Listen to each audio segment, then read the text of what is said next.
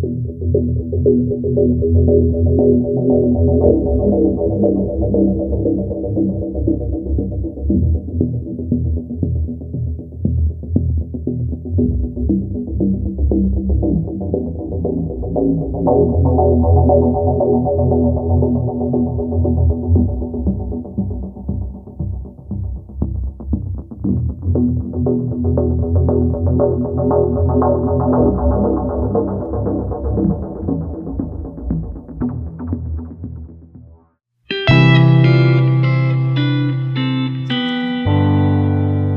I started hooking when I was. That's a great place to start.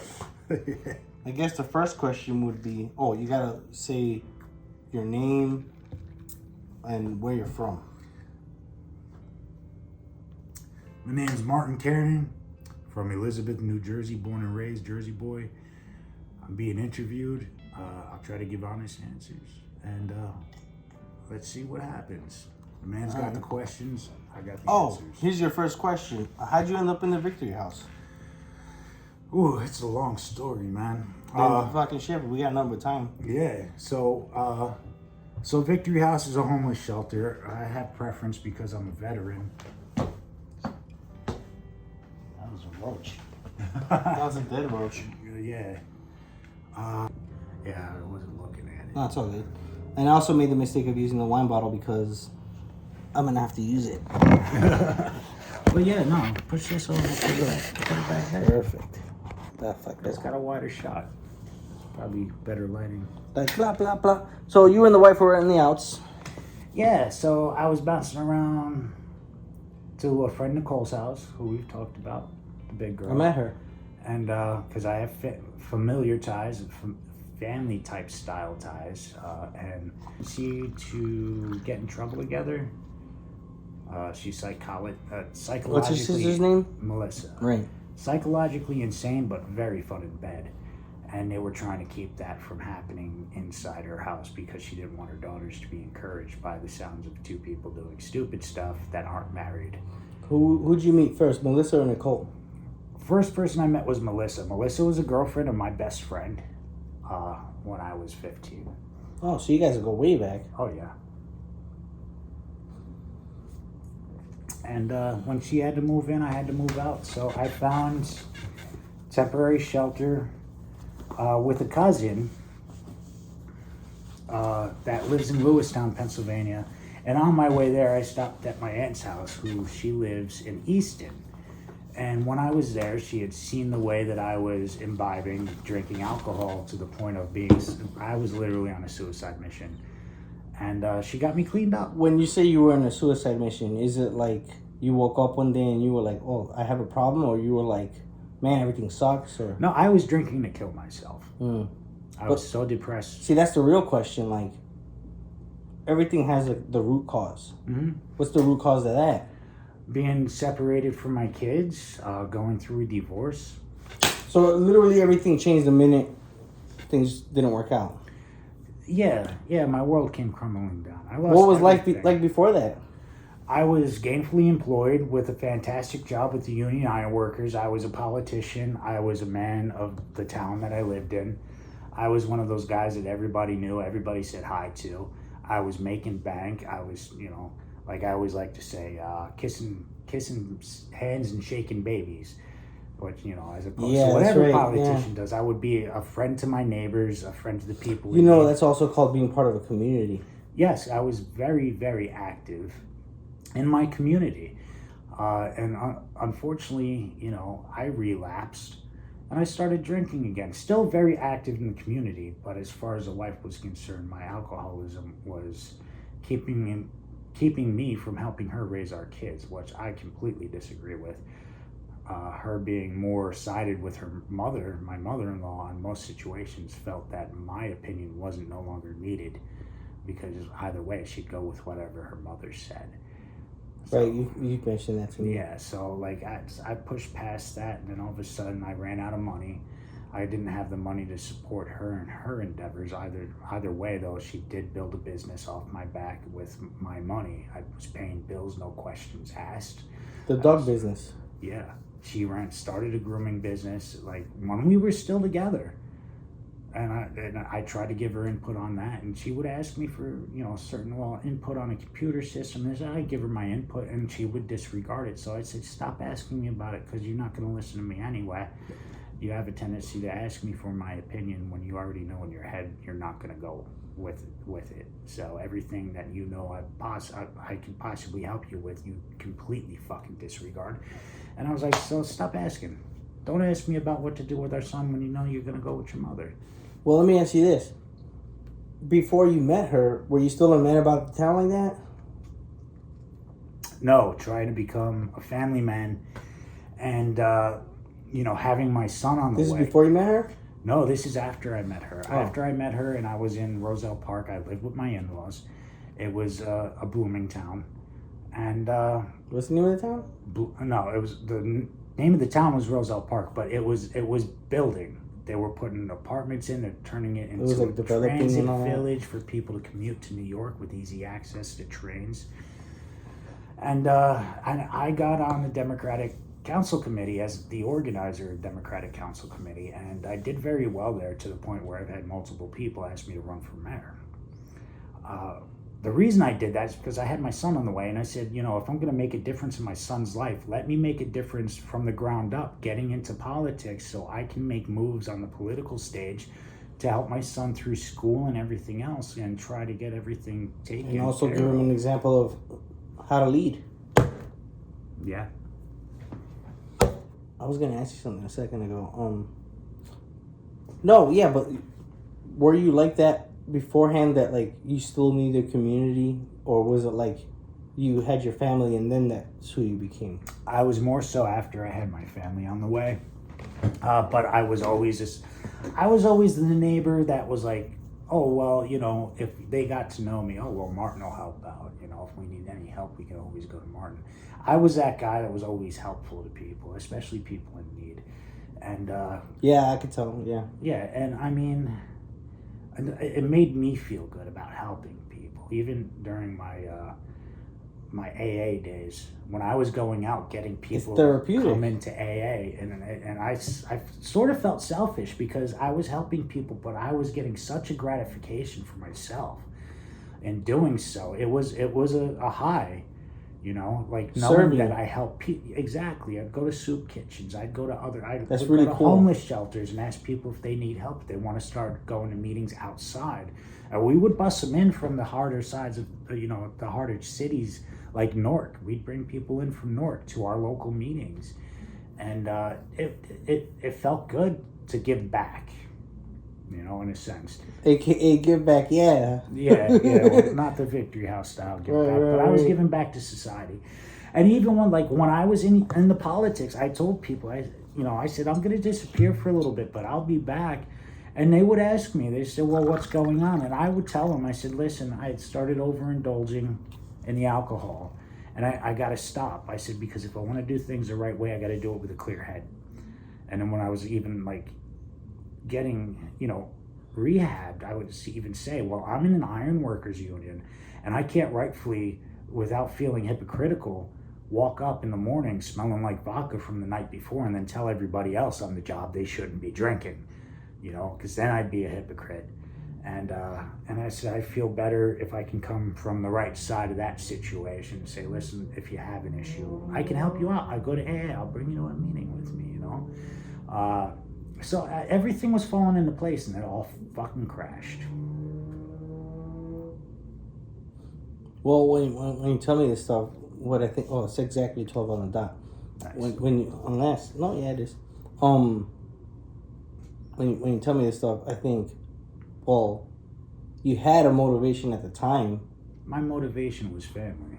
That's what I'm saying. And I'm still in the point where I would do anything for my ex-wife as well as my kids. Well, that's my point. Like, you already had the motivation, but the thing that came out of it was that you're actually capable of it. Oh yeah, So if you're capable of it, that means that you could do it regardless of a situation. Isn't that true? I can get myself back on my feet, and I always do. This wouldn't be the first time I've been starting over from nothing. This would be probably about, I'd say, the fourth or fifth time it's happened to me in my life. But unfortunately, this last Constant fall resets. was from a higher mountain than ever before. Don't get me started on constant resets and having to repay your fucking dues. Yeah. Because that's like there's like a couple of like recurring themes in my life. It's that and also patience. Mm-hmm. Like no It matter doesn't what, happen overnight, and I am very impatient. Literally, that's why it's patience. Yeah. Yeah, I am very impatient. I want everything to happen overnight. Sometimes it does. If you grind hard enough, it can happen sooner.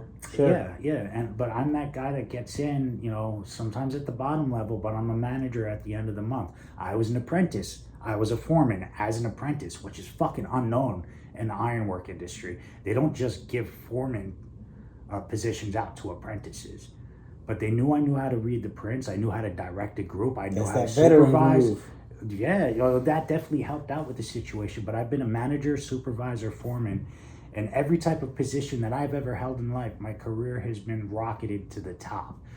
Have you ever heard of a flow? In what? Can I give you an example? Yeah. I went to a Navy ship, and I saw this staff sergeant for... Well, the equivalent of a staff sergeant. No, yeah, he was a staff sergeant, but he was in a Navy ship, and all that motherfucker did was make omelets. I walk in there. I was the cook on the omelet line. That's what I'm saying. I loved it. See, that's what I'm saying.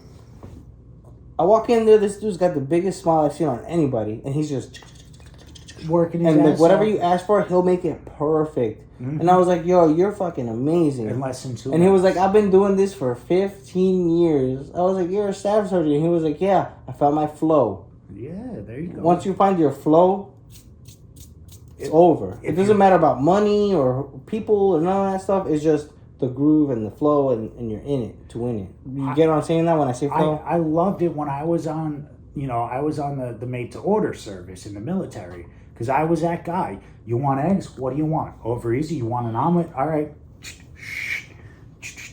Done in 2 minutes or less, bro. No doubt. Done in 2 minutes or less. Fucking perfect omelet. What do you think of when I say this the phrase "aim to please"? I am very big on that. I would rather have people that respect me. Do you see it as a positive or negative?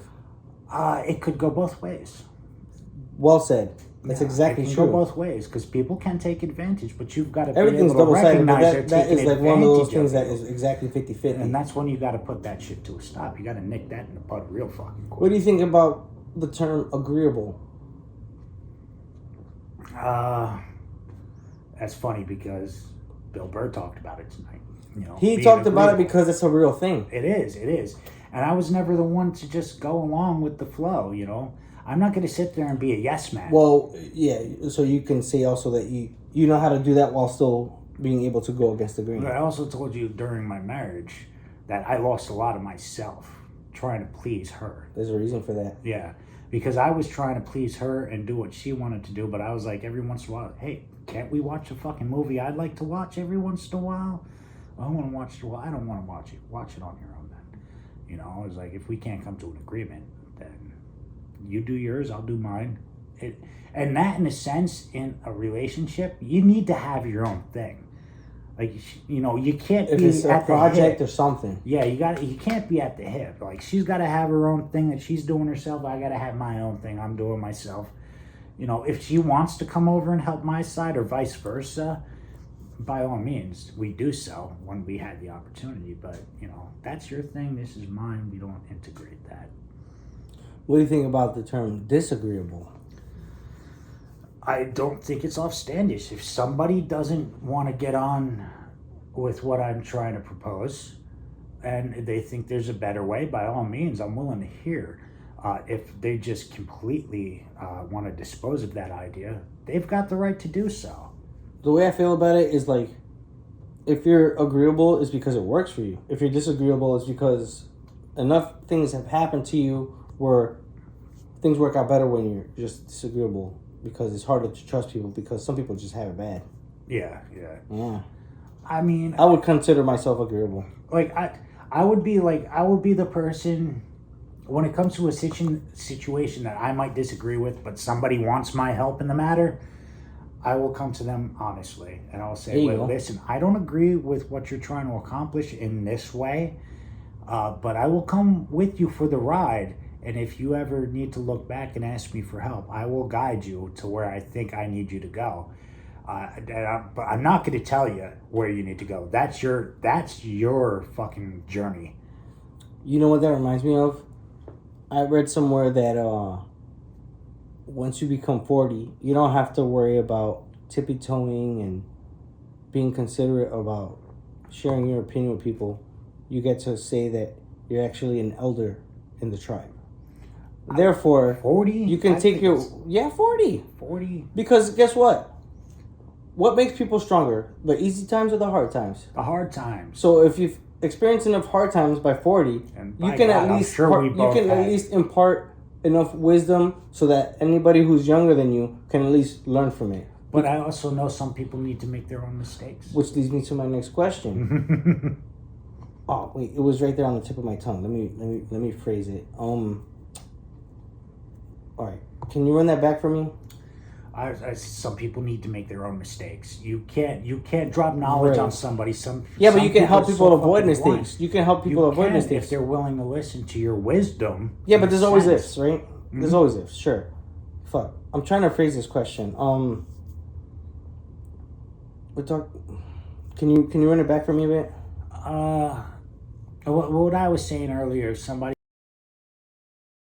could talk to me. Maybe I could help you out. Do you learn from other people's mistakes? I learn more from other people's mistakes than myself. So then, if you tell somebody something that you learned along the way, you can help them avoid it.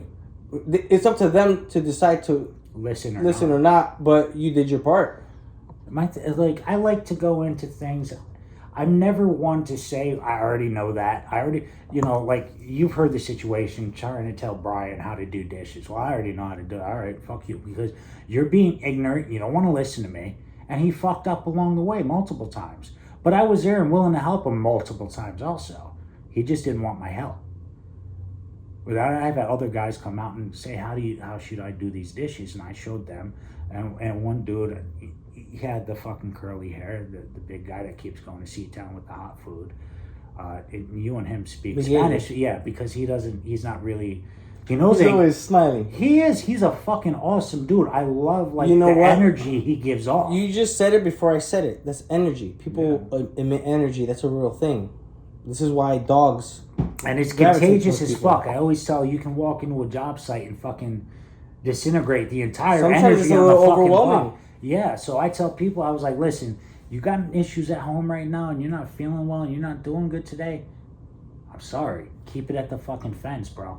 Keep it at the fence. Don't come in here and toxify my entire fucking work crew because you're having a bad day. I understand. We'll talk about it. If you want to talk about it on the side, I got you. I'll be your fucking psychologist.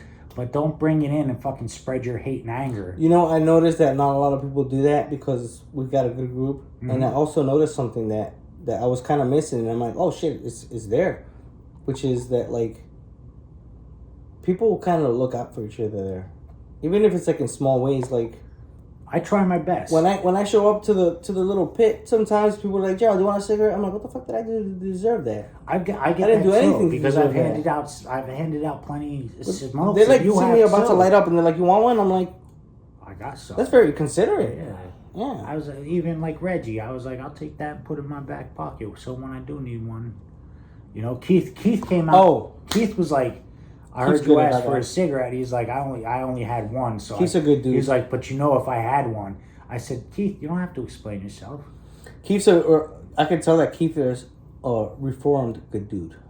Yeah, definitely. He's talked about his past. I'm gonna say some very private stuff about Keith. Okay. So obviously everything's staying fucking gully because this is only between me and you. But we were in the pool, and he was like, yo, you know what really fucking helped me just fucking fix a lot of my problems? I was like, what's up? He goes, one good heist. I was like, yo, Keith don't fucking play, boy. Heist. Yeah, I was like, yo, Keep don't fucking play. Was he going Ocean's 11? That's what I'm saying. Yeah. Get the fucking crew together. Hell yeah. All right, I'm going to start hitting you with the hard fucking questions, but I'll wean you into that motherfucker. Tell me about the best day of your life. Because this is a follow-up. Damn. The best day of my life. This is the best day of my life. Might make me cry. So don't fuck with me emotionally. But I'm gonna have to say, that means you already know what it is. Yeah, that's pretty cool. The birth of my son. Amazing. Mm-hmm. Tell me about it. No, I just there with the wife, seeing what she was going through. I was there with my mother-in-law in the room and whatever we were. Even she was not being cunty. Huh? No, she wasn't. She wasn't at all. She was actually genuine. Maybe you should. She was more concerned about her daughter. The next time she's being cunty, be like, listen, just what's her name? What, my mother-in-law, Terry. Terry, be like, listen, Terry, we can go back and forth all you want, but you were there for the birth of my son, and that was a very special moment. So we could keep doing this forever, or we could agree that we were together for some of the best times ever. But anyways, my bad. The baby came out, and both like me and her, we were holding my wife's legs up. Each one of us had a leg. We're pushing. She's apologizing for shitting on the table, and I'm like, "You're giving birth. Don't worry about that. It happens. That's normal. It's part of it." And as a matter of fact, I hate to say this because it's kind of gross, but the shit that comes out when a woman's giving birth has so much things that it actually helps build an immune system, which is why it's good to have a natural birth. You don't get that from a C-section. She had natural. Dude, she had. How did I know that? Because of that shit fact. They said fourth level ripping. So she had the seamstress down there. And of course, me being a fucking jokester, I was like, could you put 2 extra stitches down there? Just fucking with me. They're like, oh, you know how many times we fucking hear that joke? It's fucking disgusting. That's hilarious. I'm sure they were thinking that in their head. But it was my first son. That's hilarious, actually. It took me a second for it to register, but I'm like, yo. It was my first son, and just like having that experience to see my son get... Because my father wasn't around when I was born. My father wasn't around when my sister was born. He was around for my 2 younger brothers. But he wasn't... You want a cup? Huh? You want a cup? I was going to mix it with vodka. All right. I can't drink all the vodka because you need a shot. Oh, do I? Yeah. Because I think that would put me over. I'd say mix it, put it... like. Not in a bad way. Put it in the wine, man. Yeah, put it in the wine. A little ice, a little vodka. Oh, there's ice. Yeah. The whole time. Now I'm trying to figure out these fuckers are roaches now. They were like, you know what? Fuck you, buddy. Take it and go. You're going to get screwed now for. We went from fucking gnats to roaches. I got a big old cigarette burn in my comforter. Yeah, that was probably an FU from these folks. Yeah. All right. So now I gotta ask you the follow-up question, which I don't know if you're gonna like it as much as that. Come into this world, and there's just something so magical. It's creation. And like I was looking at it, I was like, we did that. Why do you think I like the art so much? Fucking beautiful. We did that. And for people to take that for granted baffles me, because like I make a drawing and I'm like, people make a fucking life. I'm like, wow, and then they gotta deal with it. Yeah, no, and that's another thing that kills me about my dissolved marriage, is the fact that I can't be. That kind of breaks my heart. Yeah, I can't be there for my kids 24/7. You know, it really that really killed. That's why I was just trying to kill myself. What if you changed your perspective about it? I did. Like you get to take breaks and collect yourself, and then come back the best. I hate it because this is like a shared child rearing situation, but the fact is, like, when I call them and I'm like, Daddy, and then I hear her going, oh, well, I couldn't sleep because the kids were jumping all over me, and I'm like, I wish I had that fucking problem. That's a good problem. I wish I had that problem. You know how sad it makes me that you're upset about that? Like, I wish I had my kids with me every fucking night. I'm missing the development and the time of their lives to be a father. And that just absolutely fucking destroys me. So then follow-up question was, what's the worst day of your life?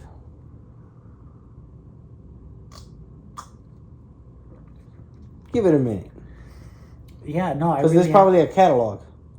Because I've had some really bad days. Obviously death of loved ones, death of my parents. My mother hit me harder than my father's death. I was trying to get my father sober. There's a comedian that says that one of them, you're just like, holy crap. My father, I got him into... Now, all right, you have to understand a little story about my father. He woke up to my mother. Well, he slept out on the couch. She was sleeping in the room. And he told me, like, oh, we had a blast the last 3 days. She was laughing and everything. She's probably high as fuck. And probably so was he. But he goes, I woke up, I went in the room, and she was fucking gone. He called me, and she's like, Mom's gone. He wasn't expecting it? No. High off of what? Well, my mom had 27 different types of medications when they were checking out what happened. But she was also doing dope. She was on what kind of dope? Because sometimes people call weed dope. She was doing tar. I don't know what that tar, is. heroin. Right. She was doing crack, cocaine. My mom liked her speed, but when she got into the dope, she didn't know how to handle it. And of course, she got addicted to painkillers at first. And then when they wouldn't give her the painkillers anymore, my aunt, who stepped in, the one that is in East End, she stepped in and said, well, you're dope sick. And she said my father was the one that told my aunt to go out and get her dope so she's not sick anymore because he was upset. And my father says Teresa's the one that got her. So I'm like, I don't know who to fucking believe. But my father and her were both on dope when I moved back to Jersey, and I saw it from a mile away. Did you ever put a bunch of stuff together and do them all? What do you mean, as far as drugs? Yeah. No, I never touched dope. That's really good. I smoked crack. I never smoked crack. I did my pills. I've done my opiates. Don't get me wrong. The pills are just as bad as the street shit. I never shot drugs. Yeah, me neither. Because I know the way I am, my addictive personality would have led to my death sooner. I'm that guy. I don't know when to stop. I don't know when to stop encouraging people to do the right thing. I don't know when to stop encouraging people to go to AA meetings with me. I don't know when to stop helping. Lives. Yeah, but also I'm the same one where I'll go to Bob's house and we can fucking whip out fucking 3 8-balls in the night. That's between you and him. Yeah. So I'm on both sides. I'm the fucking devil's advocate. I could be a terrible person. It's impossible not to be on both sides. I don't care how virtuous you are.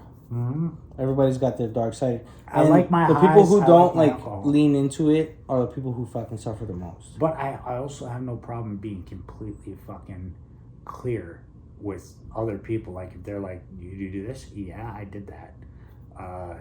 Well, what about that? Yeah, I was an alcoholic. I'm a drug addict. I've had both sides of the story. I've been in recovery. I've been in rehab. Why do you handle being poor so well? Because you've had a very rich life. Financially, no. But you've had your peaks. I had my peaks. My peaks were. That means you got a taste. My peaks were alone. Those are the peaks. Like I said, the last fall from the mountain was with the politics and the fucking union work, and that was the top. So every time I got a top, it got bigger and bigger and bigger. But every time I hit a bottom, it got lower, lower, and lower. But I always know about me.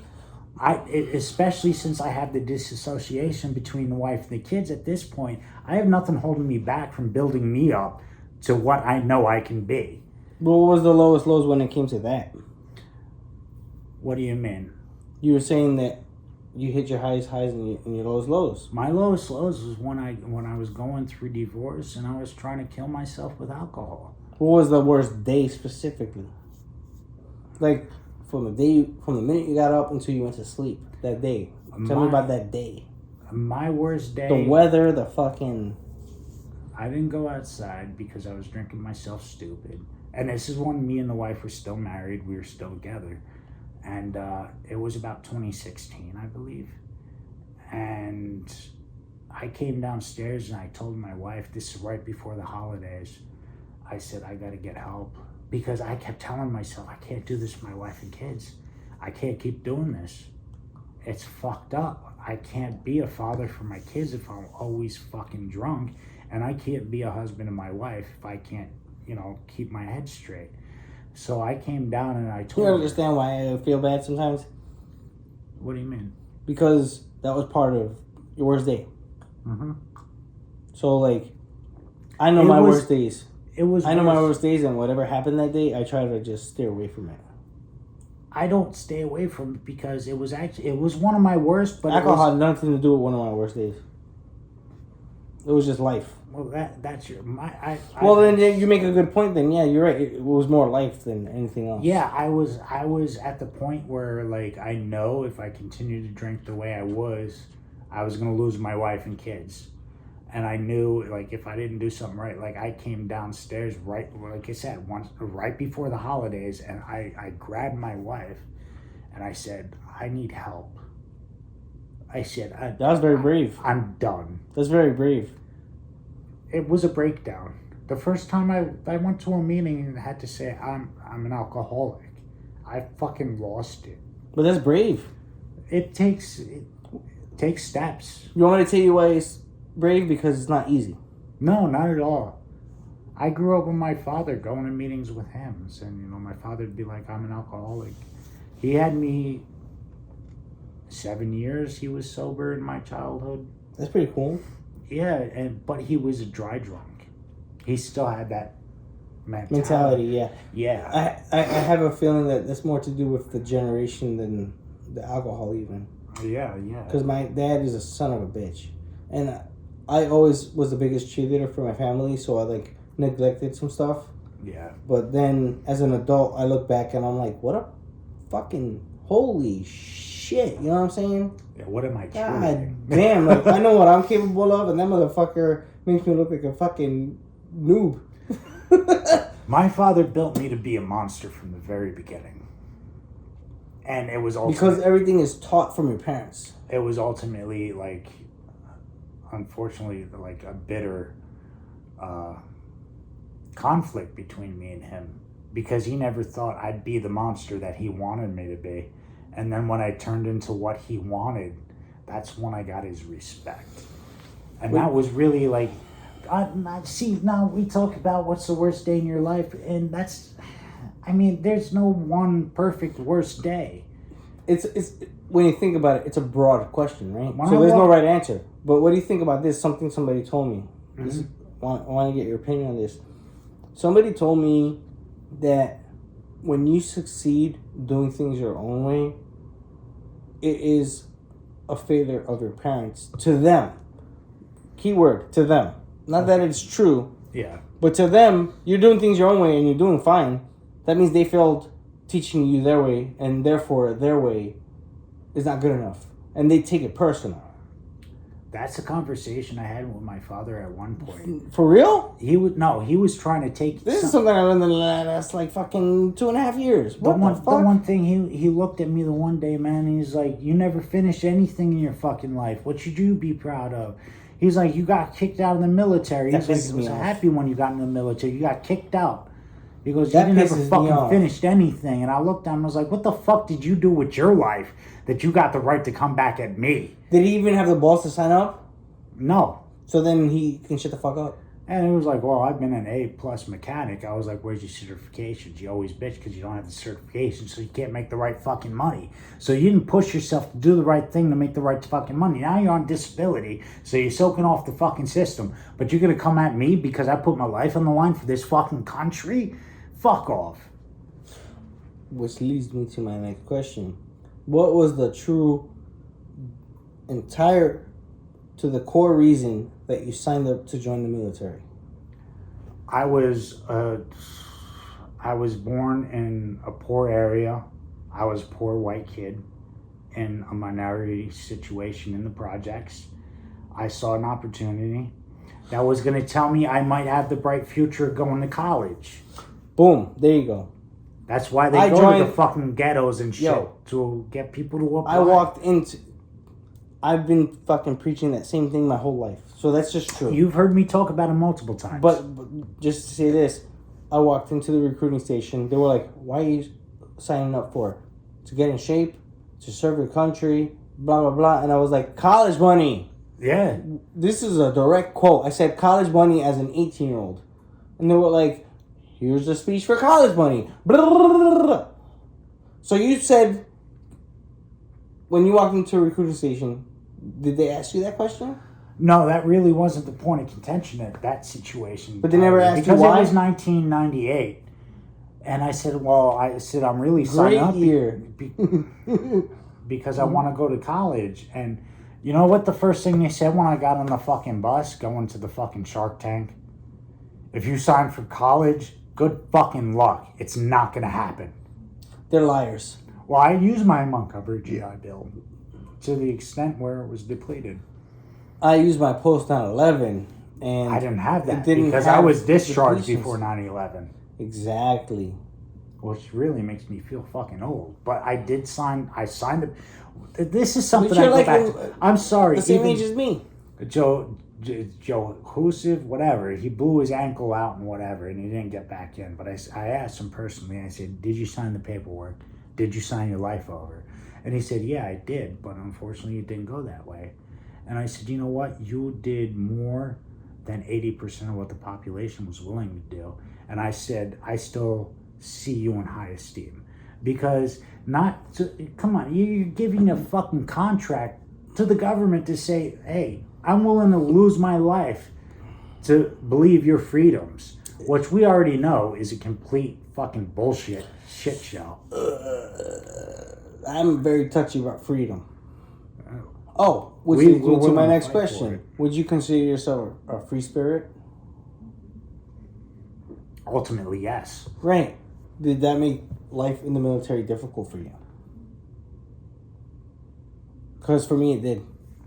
I was very free spirited, you know. And for me, that was the time of acid, ecstasy. How was your leadership in the military? Yeah, it was spot on. That's why I couldn't get a fucking transfer. But did that mean that they also didn't fail you? My unit rather kicked me out than give me a transfer because they're like, we don't want to lose you as a worker. That's good. But what was your MOS? Me. I was 92G. I was a cook. I was a military cook that went to a military chef. How come you didn't just stick to that when you got out? I tried to, but the bottom line is it wasn't enough. Like a line cook, you can still do it. I should never. I have done it. I've done catering services. I've run. I'm saying today you can apply for a job and still continue. Yeah, when I came out, I was looking for work at that sounds exciting. Hospitals and shit, and they were like $15. Well, no, I put out my minimum rates $15 an hour. They're like, we'll start you off at $12. I was like, listen, I know how to run an entire fucking kitchen as a chef, and you're gonna start me off at $12? I said, did you not read my resume? Don't call me back unless you're offering 15 plus. And they're like, I realized. Doesn't the front kick back tips to the back? What's that? Does the front kick tips to the back? As a chef, I shouldn't be working for tips. I got nothing to do with that. Yeah, but they should still be considered because they are getting tips. Well, shared tips or pooled tips, as they call them, is not something I agree with. I actually agree, yeah. Yeah. But you tell me why, because this is... Yeah. Well, I'm going to tell you why. All right, because they do a pool of the tips, and they'll share a percentage with the busboys, the waitresses, maybe some back of the house. But I'm sorry, the waitresses are out there busting their ass. They're doing their job. One waitress could be making $20 tips an hour. Or one waitress could be getting fucking nothing because she's an asshole. But you got to pull your tips, and that asshole gets part of your fucking money. Completely. And yeah, the one girl, there was actually a lawsuit. The girl got a $4,000 tip out west somewhere, and all of a sudden the manager's like, well, you got to share that tip with everybody. And she's like, well, we don't pull tips here. We never pull tips here. All of a sudden I get $5K. I'd have been like, you can fire me, motherfucker. They fired her because she wasn't willing to she did. Good. She's got a fucking GoFundMe. You see the line? She got like $150,000 on the GoFundMe, and she's suing the fuck out of the fucking owner. Because like, all of a sudden I got $4,000 and you want to fucking share tips? I applaud that. Fuck out. I did my job. I made them happy. Who the fuck thinks you're gonna get the money from my work? You know, my sister. I've been told that I'd be very good at serving tables because of like. Always been told I'd be a good. Because bartender. I always like put it on the branch. Like I always like. I'm saying that wrong. What's the word? I always go off on a branch just to like test material or something. Oh, so you're having a good time at the table. Yeah. Even with jokes, like when in natural, in like regular conversation, I always go for it. I'm the same way. You know me. Like I'll say jokes and shit. Yeah, sometimes at my expense, which is hilarious. It's at everybody's expense, bro. You see me make fun That's of why I say Brian. it's hilarious. Brian, Josh, Brian took Reg. jokes better than I thought you would. If he didn't have so many problems, I he'd be sort of alright. think at one point he's oblivious.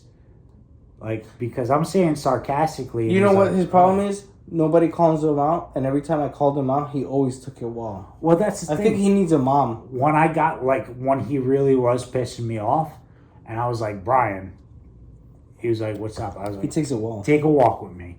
And I bring him in the room. You got to fix that, that, and that. And you know what? He was like Bob. Bob would give everybody shit, but he wouldn't give me shit. When I brought Brian back, he's like, I'm sorry, I'll take care of it right now. I'm going to ask you a very personal question. If you had to take me for a walk, what would you tell me? If I had to take you for a walk. You took Brian for a walk like this, and this is where you're fucking up. This is where you need correction. Da-da-da. Same way. I mean, Bob, etc. This is starting to... That vodka's... Yeah. No, like vodka's my kryptonite. I don't know if you know that. You've always been legit, bro. The only thing, and I brought this up personally, but it wasn't it wasn't me being sarcastic or anything. I was like, okay, we need to lower the volume because Denisha's right there. Or when you're playing guitar, like Denisha came out, I was like, everything you're doing with loud volume, but you already know you're doing that. What do you think that's a sign of? I love enjoying listening to your music, and I love enjoying all the time watching. But why do you think that is? Because, like, I don't know if you know this, but, like, everybody who's, like, artistic has to express themselves. Oh, yeah. What's the thing that people have to express themselves the most? Their fucking voice. Well, I'm a singer, so. See what I'm saying? Yeah. I've been dying to get fucking go loose at a karaoke spot. I just haven't had the opportunity. Is it too late for karaoke? We could do that. I don't give a shit. But I told you though too, because you were like, nobody's ever pointed out if I'm a good singer or not. You sound on point. Fucking Tool and Incubus. I told you this already.